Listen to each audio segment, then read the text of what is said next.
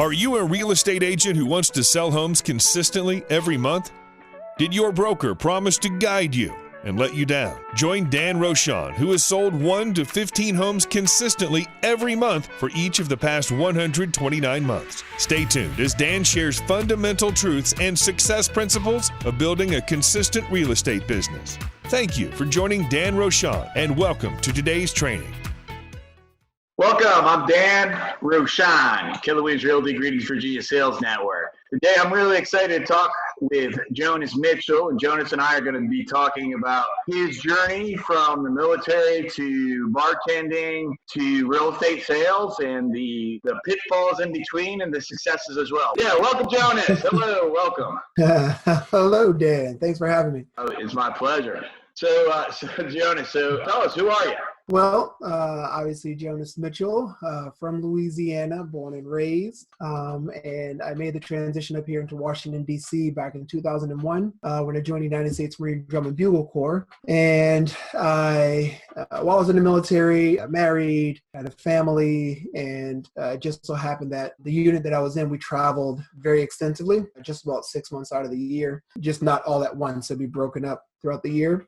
But I would always be gone for my son's birthday. And so that really kind of put a damper on me really wanting to stay in the military. I'm very much a family first kind of person. So I ended up getting out of the military and into bartending just because I asked the bartender one time while we were out for drinks, his story. And I was like, hey, man, how much do you make if you don't mind me asking? And he was like, I don't know, $1,000 a week.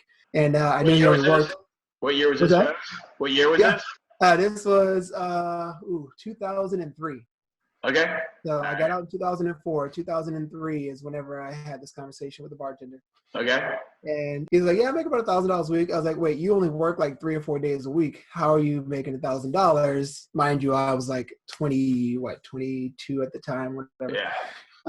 But I knew regardless, that was more than I was making, and I was working all the time. So I was like, man, there might be something to this. So the next week I went into bartending school just to kind of see if it was something that I liked, loved it, fell in love with it immediately, and decided that was going to be my way out. So I ended up getting my license, or certificate, not license. Your bartending license. Bartending license, right? Yeah. And then for the next year, I ended up just going back to the school because I knew once I got out, I wanted to kind of hit the ground running. Okay. And within that year, because I was going every single week, I ended up becoming a very good bartender with like no job experience. And so I ended up going to my favorite place and asking them if I could bartend there because I was about to get out of the military. And they were like, yeah, no, that's great. But no, we hire from within. And so you're going to have to get a job here. So I was in the military, of course.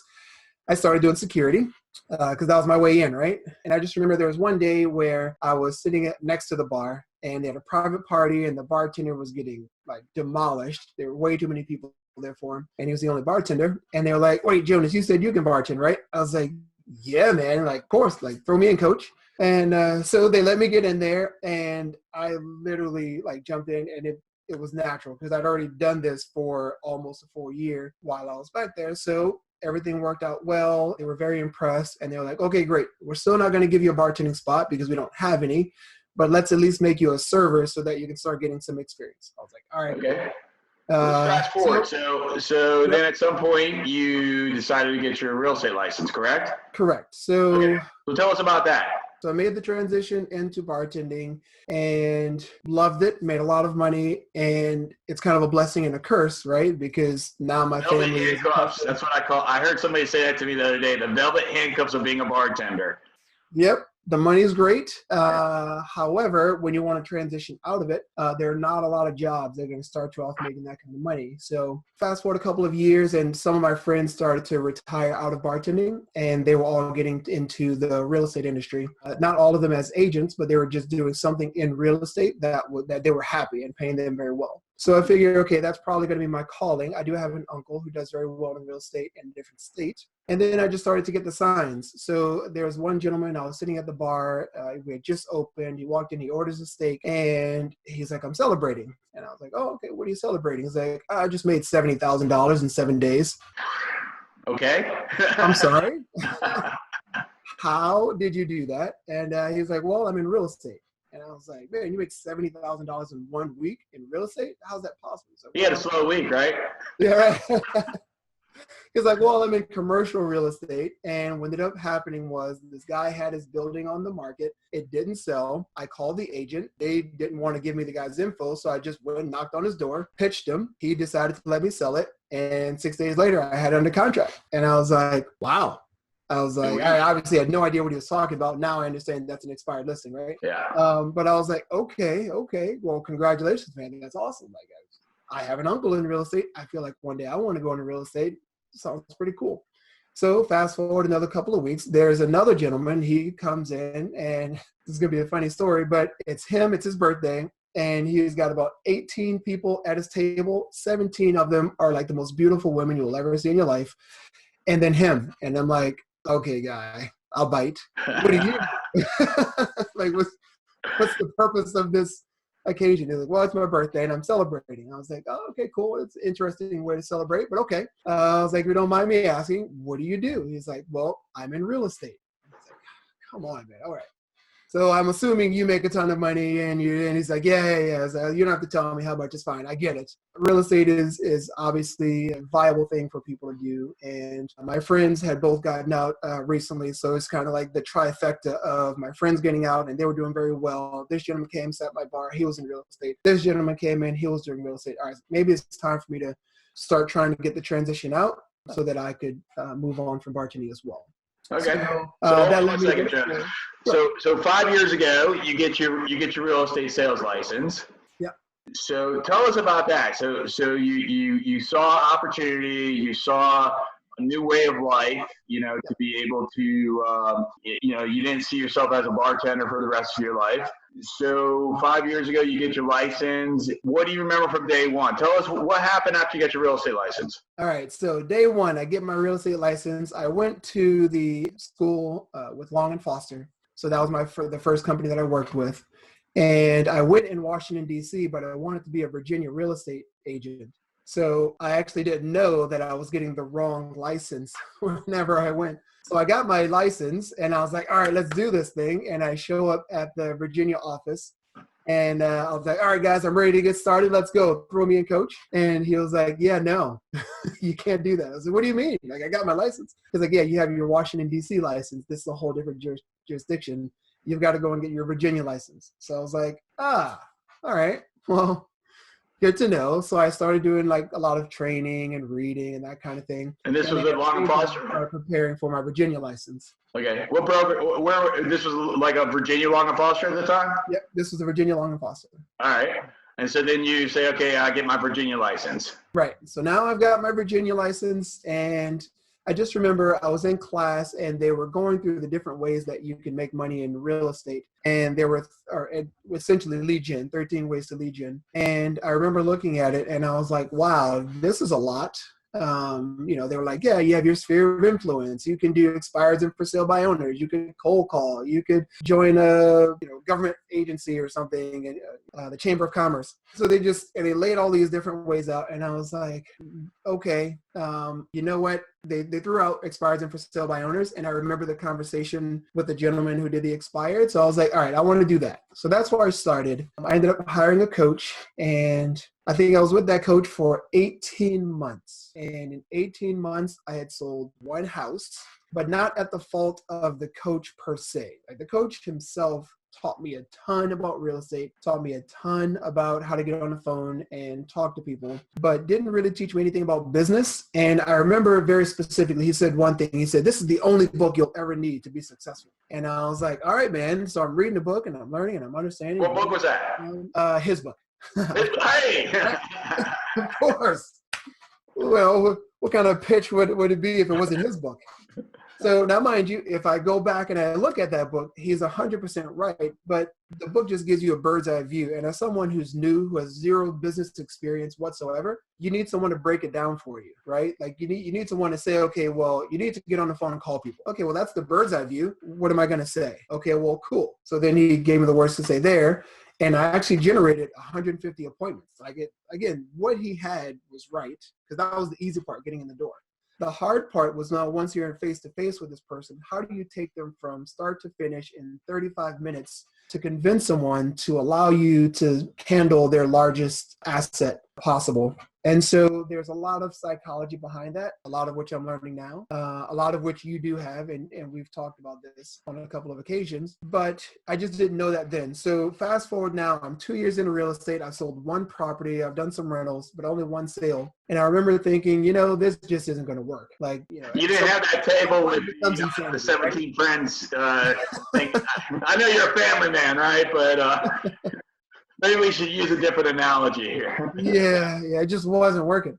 Yeah. Now it gets interesting because I kind of go back to the drawing board and I say, okay, I've tried this and it didn't work. And the idea that I had was I got on the phone and I'm chasing all these people down. I'd rather not do that. I'd rather have people come to me. So I paused kind of in the middle. I was still sort of working with friends and doing like sphere of influence, but I wasn't doing any type of active calling. I wasn't doing any type of advertising. I was like literally nothing else, no desk duty. None of that, just sphere of influence. So oddly enough, when I was just doing sphere of influence, I think I ended up selling like 3 houses. So I ended up selling more than I sold when I was trying to do it the other way, which is awful. But the important part was I started reading books like crazy. I ended up coming across Tai Lopez and his 67-step program, which I do recommend to everybody, especially if you don't know anything about business and you want to get the general idea. It was a great sort of launching pad for me to understand what I was missing for all that time. And so when I completed that program, I already read, I don't know, maybe 15, 20 books or whatever, but my entire worldview changed and I really understood what business was. And I just want to give you my definition very quickly because this might help somebody. But when you look at business in and of itself, it's nothing more than a process of helping someone get from point A to point B. That's it. Like that's the general basis of what business is, right? And if you can take that general idea, okay, this person wants to buy a house, right? So here, find out where they are, regardless of where they are in the process, and then get them to sell or buy the house. Everything in between is just your process. And every single business has a different process. So I just had 0 processes whatsoever. And I realized that I had to start putting them together. And I learned how to generate my own leads and understood marketing and understood what business really was. So that kind of put me, if you ask me, that was like, okay, now go. Okay. Right? Now you're actually somewhere where you can start doing something. So now you got the process in line, at least of how to get the business. Yep. Okay, so then how long ago was this, about what time frame are we looking at here? So this was about 2 years ago. Okay, so about 2 years ago, you realized that I've got the process of how to get business figured out. What happened next? Right, I'm sorry, that was 3 years ago. Okay, so 3 years ago. 1 year gap. Yep, there's a 1 year gap where I tested it, where I just for 1 month, I generated some leads and then I had too many leads that I could handle. So I turned off my lead gen and I just worked that group of people for a year. And it took me about 11 months of doing that to close one. And then funny story, I ended up learning shortly after that it takes about 6 months to 12 months to close an internet lead, which is exactly what I was doing. Yeah. And I was like, oh, okay, cool. So now this works and I got it. So then I turned the lead gen on and now I'm actually generating leads at a consistent basis. And I'm now I got it. But even after all that work, I had to realize, number one, it takes a lot to keep the leads organized. Number two, it's a lot to follow up with all those people, even with all of the automated systems and processes that I put in place. So then I realized, I need more people, but I don't have the money to hire anybody to do this stuff. So I might need a team. I don't know. I need a team around, I need a team of people. And now we can sort of introduce our interaction because I ended up, I was still in the process of going through and taking lots of classes. And I came across this group that were offering free classes. And I went to one and they offered, it was at a Keller Williams office. And they offered free KPAs, which is basically like a personality assessment. Test, Keller personality assessment. Right. Very similar to a DISC profile plus some cognitive type thinking as well. There's analysis of how people think and act. Sure. And I highly recommend that to everybody. And the way they sold it to me was, hey, it's free. You don't have to pay for it. We'll do it for you. And we'll just see what happens. So I was like, cool. I went, I did it. I met Sheila. Sheila was awesome. Sheila Quadros. Sheila Quadros, and we ended up connecting over books, and our thought processes were similar in how we kind of viewed the world. So we really just sat down after the KPA, which was very accurate, and we just kind of talked. And when we got done with our conversation, I was like, yeah, like I know the whole here's your free thing, so we want to try to sell you something. So I was already prepared for that because I already learned that in marketing and whatnot. I was prepared for it. And I was like, yeah, thanks, Sheila. I'm really not interested in Keller Williams. I'm happy where I am. And she's like, I feel you. And she was like, however, I just want you to have a conversation with this gentleman named Dan. And I'm the kind of person where I feel like words are important, and we don't have to get too deep into it, but essentially like everything you see or hear is kind of meant for a reason. And so I was like, okay, universe, I'll bite. So I walked in, and I ended up reaching out to you, and you had invited me over to the office to kind of see how your team works. And I was like, cool, fine. Again, I was like, something tells me to go and meet you, so I'll go and meet you. And as soon as I walked in, I had already had a very good idea of the process or of the team that I wanted to build, right? From the ISAs to the marketing team to like all this stuff was good. And then I walked in and I was like, oh, well, this is interesting. I think what Sheila understood was, hey, here's everything you're looking for, and there's a guy who's doing exactly what you're talking about, so you might want to go talk to him, right? So she made that connection on her part, and kudos to her. And then whenever I walked in, it was kind of very natural for us to vibe together because I think we're very similar in the sense of what you're trying to do and what I'm trying to do. And I'm not someone who's so egotistical where I have to be like, nope, it has to be under my name or else it doesn't work, right? And so I think that's kind of what brought us together. And so here we are today. With Greetings, Virginia. Yeah, we're Greetings, Virginia. And so fast forward a couple of months. So we've been working together, I believe, since September. Something like that. Either August or September. We got together. And so it's been, 3-4 months? I think a little bit more than that. We sat down and I showed you, what I was looking to do. And you were able to take that and kind of fast forward it a little bit. We sat down together. We both lead gen through my leads, right? And I think in that day we ended up pulling out seven hot people who were ready to go. And we've closed one already. Many of them are in the process of getting their stuff together. But yeah, that I would say has been very beneficial in being able to work alongside someone who knows what they're doing. And you're 12 years advanced, right, from where I'm trying to be, and you're so far been very helpful in getting me where I need to be. Well, how many clients are you working with right now? So right now I have actively 3, and that's like where the deals can close at any time. And then pipeline, if we're talking like not active, like right here, right now, like I'm legitimately working with them, whether they're with the lender or whatever, 6 or 7. Okay, so maybe 9 altogether. Okay, Yeah. And earlier you said you learned the process of, okay, here's how I get business, right? But that's still a piece of the journey, right? Because we still have to get them to the closing table. Yep. What did you learn from the piece of finding somebody that is a legitimate buyer or seller that has the motivation and means? Sure. From that point, moving to the closing table, what did you learn through that with working with Greetings Virginia? Quite a bit. So I can tell you the most important thing. I was not doing in-person, I don't know if you want to call it, well, I guess an in-person meeting, but case in point, what I used to do is if someone was ready to go, the system that I had in place, they would let me know, hey, I want to see this house. And I'll just meet them at the house, and then we kind of build off from there, which was okay. Not the smartest thing to do.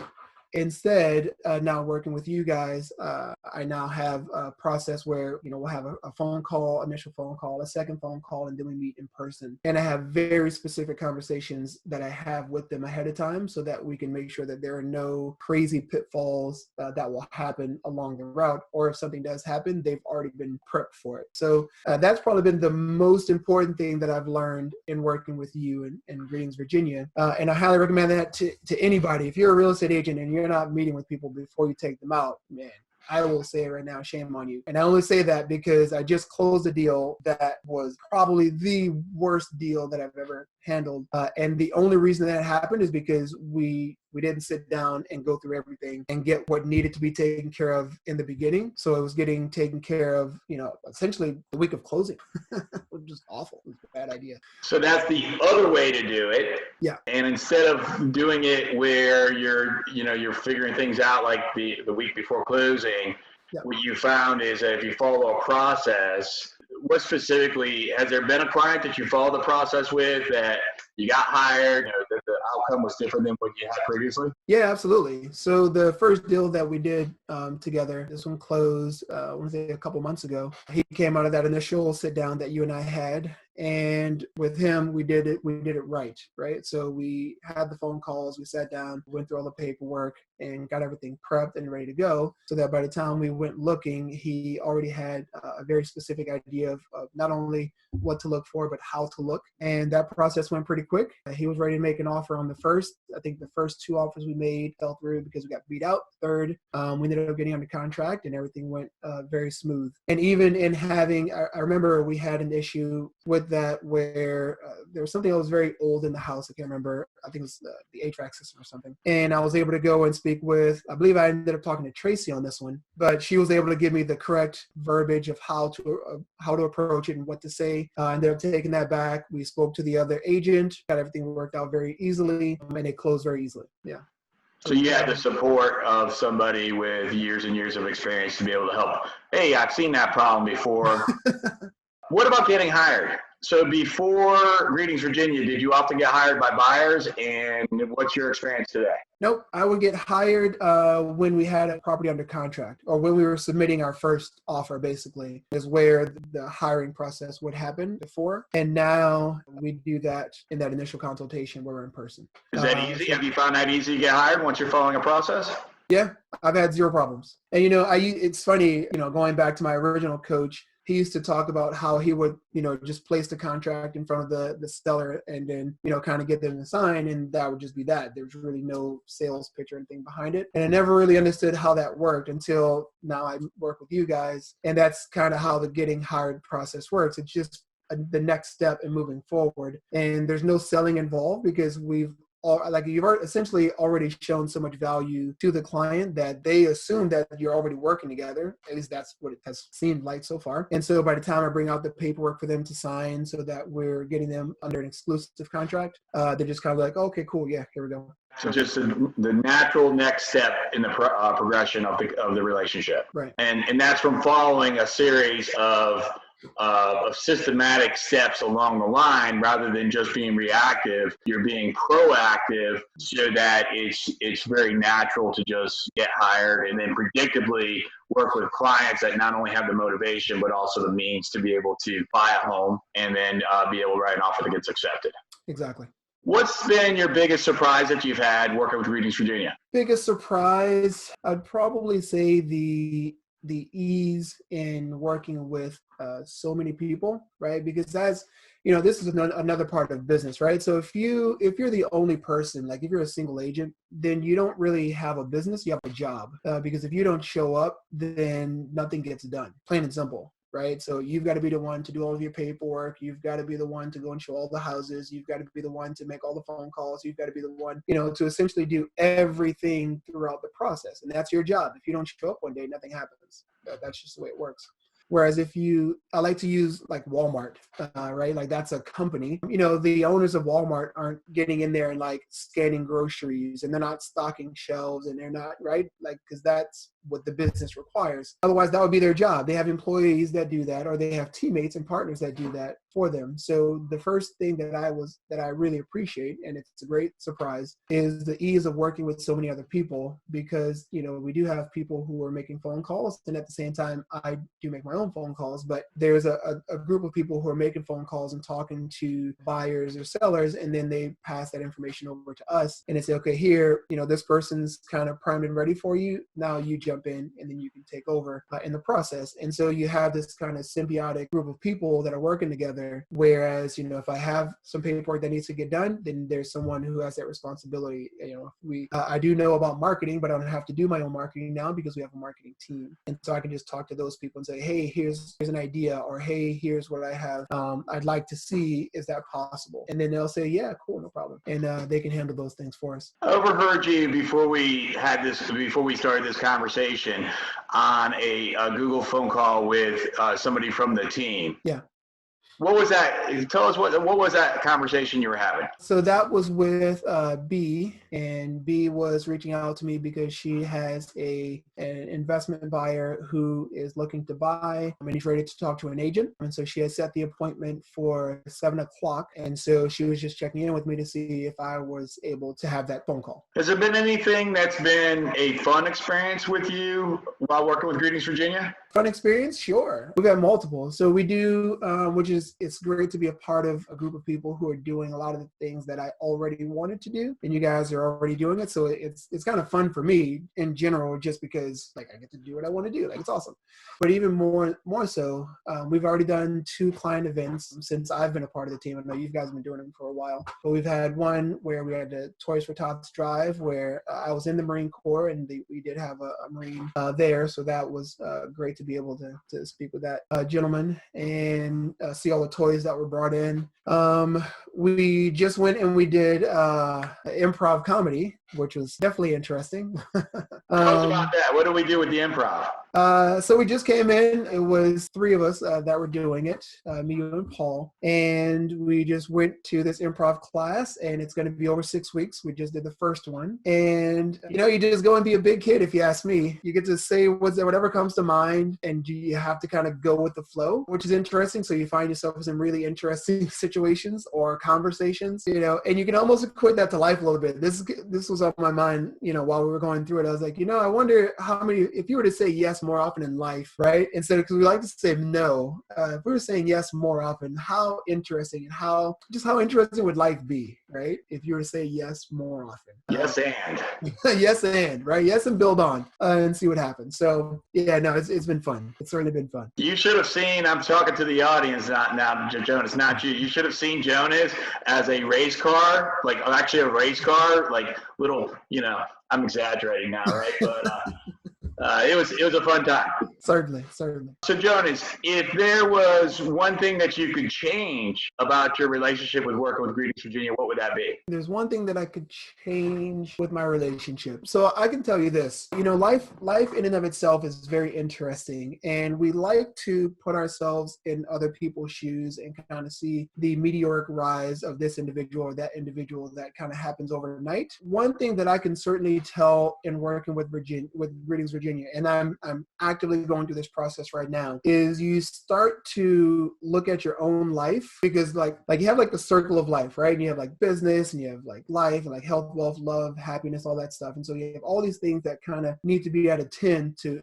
be operating, I guess, what you would consider a successful life. And now that I'm working with Greetings Virginia, I see that I have all this opportunity, and truthfully, I feel like if I could give more time into Greetings Virginia, I could be more successful even faster, right? The difference is that now that I'm ready to run, I get to look into my own life, and I'm like, okay, what are the obstacles that are stopping me from investing more time into Greetings Virginia, right? And so now it's created this whole new set of problems, where the problems used to be, I've got to build my business, I've got to build this team. Well, it's like, no, now I have all this. This is great. And if I could put more time and energy into it, then I'd be able to make even more money. Okay, cool. Well, now what's stopping me from doing that? Okay, these things.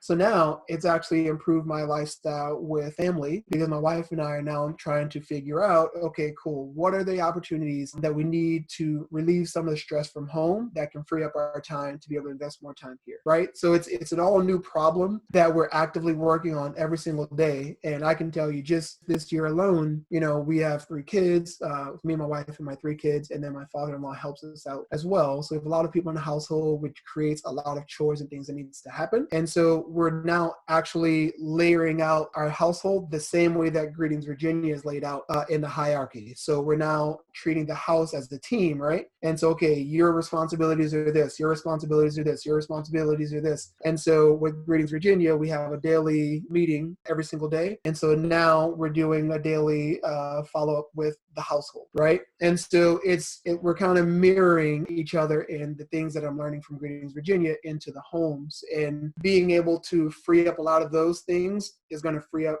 more time so that I can invest more into the business side of things. So it's pretty unique, a unique parallel in how that's all working. Yeah, I didn't know that. I'm grateful to hear that.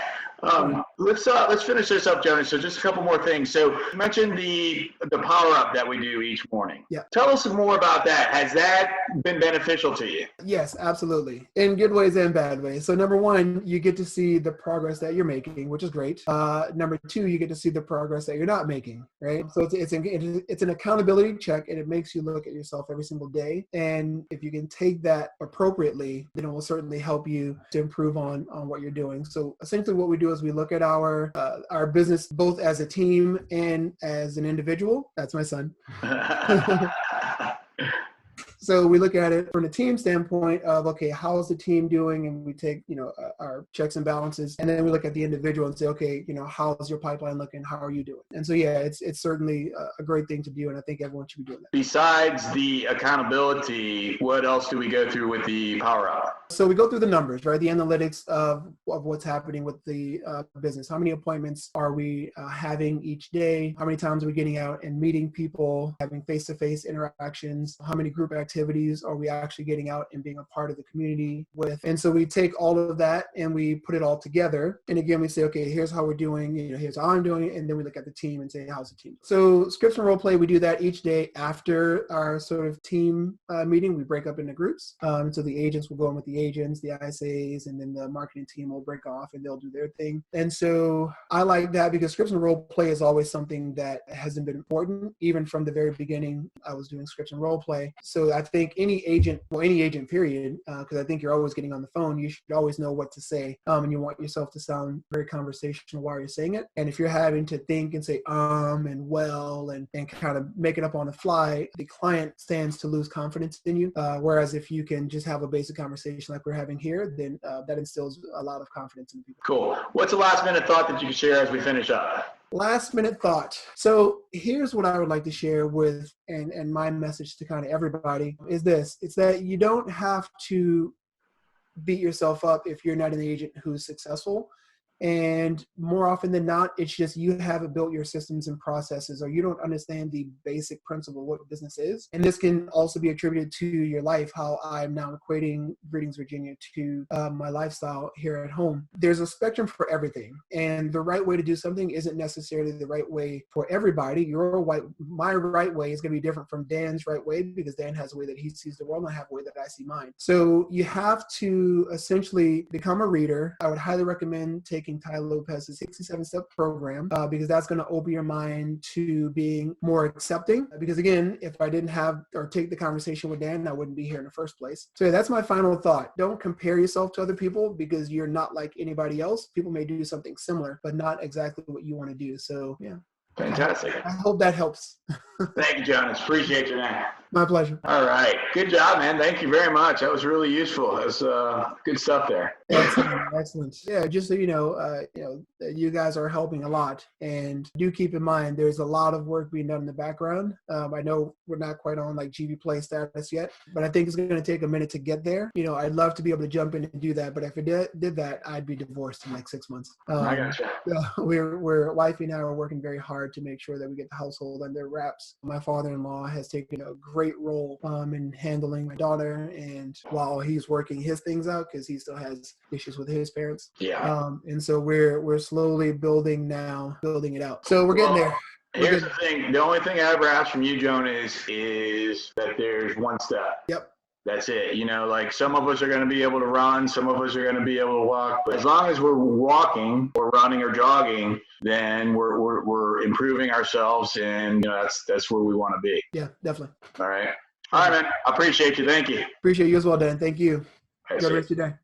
Thanks. Give us a thumbs up by clicking the like button below. Don't forget to subscribe to Get Rock Solid Coaching Channel and stay ahead of the game.